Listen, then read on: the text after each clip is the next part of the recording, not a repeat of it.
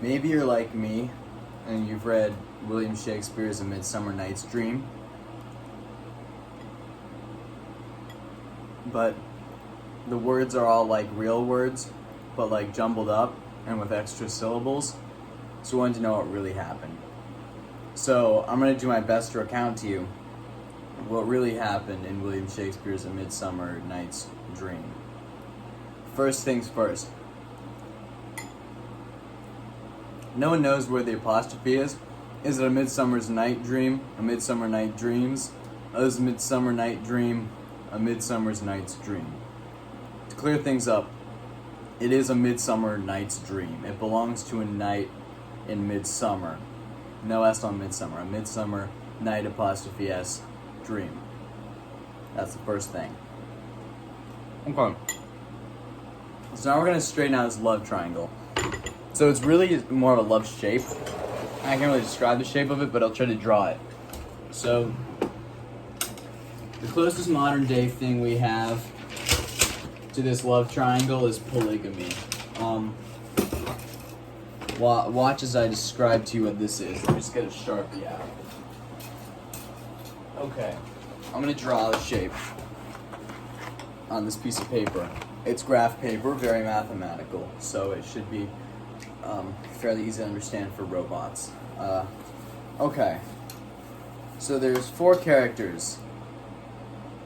Yeah, there's 4 characters at the heart. Oh, there's an ant on my window. There's 4 characters at the heart of this thing. Lysander. Lysander. It's L-Y-S, not L-I-C-E. Hermia. Like hermit crab. Helena. Like Helena Troy. And Demetrius. Okay. These 4. You'd think perfect pairings, right? They can all just couple off and love each other, right? It's not quite like that. Here's the thing. Hermia's father wants... No, wait, okay. Yes, Hermia's father wants Hermia to marry Demetrius. But Hermia wants to marry Lysander. Lysander wants to marry Hermia. Helena's in love with Demetrius.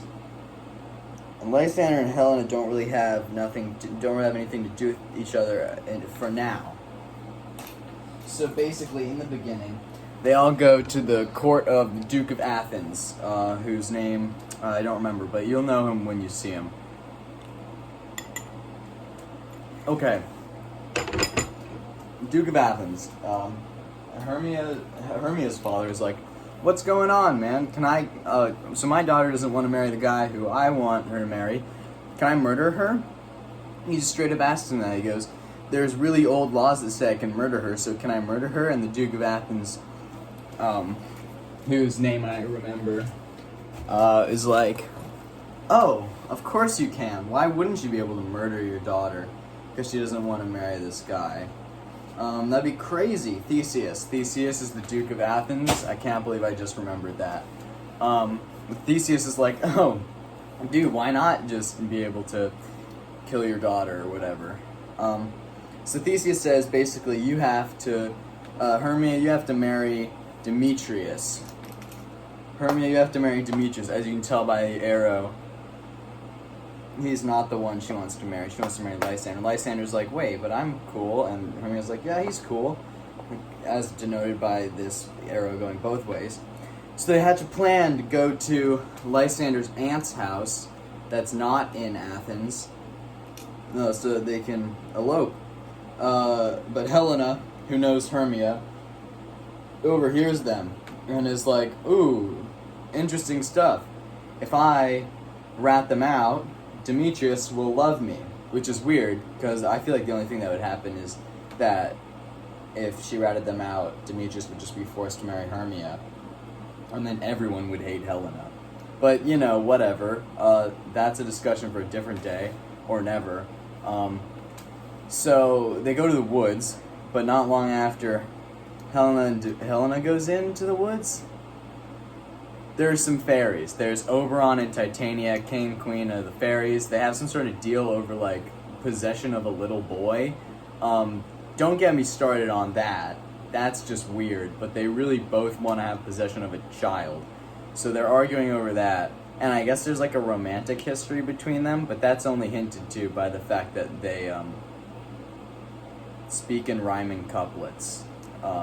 So they're there. They use some magic to interfere with the lovers, and things go wrong. Namely, they turn this foolish guy named Bottom, who plays Abed's new friend in the Dr. Spacetime Convention episode of Community.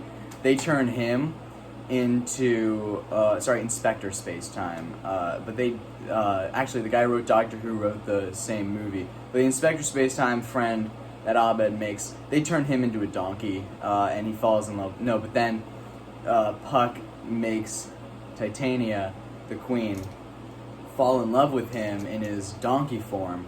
Then they fix him and she stops, but they still manipulate her into doing stuff, which is kind of screwed up. But whatever. Okay, then Puck kind of screws things up by putting the magic dust on these people. So then he makes, I'll get a different color to know that this is under magic. Here's a blue highlighter. Hold on a second, if you'll just forgive me for my unpreparedness. Lysander, he accidentally makes Lysander fall in love with Helena. Uh-oh. Accidentally makes Demetrius fall in love with Hermia. Oh no, I should have just drawn the arrow both ways. Oh no, but Hermia didn't like him, so it's just a different arrow.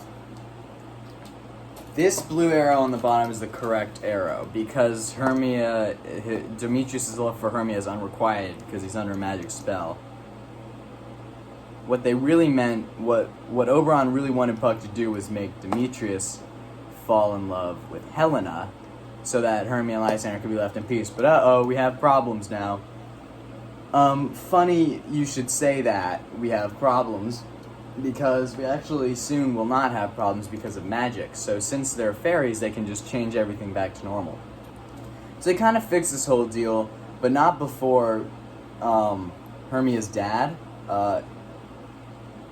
Aegyptus? Hold on, I just got to do some brain work to remember his name.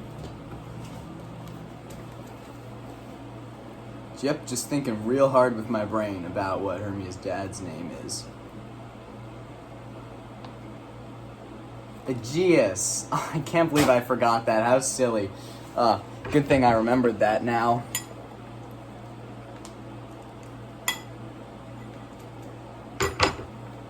Okay. Aegeus and Theseus are on horseback in the woods. And they find them and they're like, "Why are you sleeping here?" And they're like, "Because we're running away from you." And he's like, "It's no big deal. You can get married now for some reason." Like, okay. So they go back and get married, and they put on this play. Which is, no, not them. There's this entire subplot going on, I forgot to mention at the beginning, about a play about two lovers who kill each other, or kill themselves for each other. And it's not Romeo and Juliet. It's an old story that's basically Romeo and Juliet. Cancel Shakespeare. He's a plagiarist. So that happened. Then they put on the play. But this fool Bottom, who becomes a donkey, who is also Abed's friend in the Inspector Spacetime Convention episode of Community, he starts screwing up lines. Everyone's like, "Oh, no, you can't do that." It's really funny. Not to the Theseus, though. He tries to have them executed, but sometimes he also doesn't. It depends on which version you're watching. Sometimes Theseus just is nice in the end. Oh, Hippolyta, an Amazonian woman, who Theseus basically captures, imprisons, and then tries to force her to marry him. Sometimes they do get married. Other times they don't get married. This play, a lot of people take a lot of artistic liberty with this play, so I'm going to take some of my own artistic liberty and say that they do get married. It's just weird. Shakespeare really leaves that one hanging. He really likes to not tie up all the loose ends by tying up some of the loose ends to make you think all the loose ends are tied up. But this loose end was not tied up. So in conclusion, hope that cleared it up for you since the original text is so confusing. That's what really happened. In William Shakespeare's A Midsummer Night's Dream,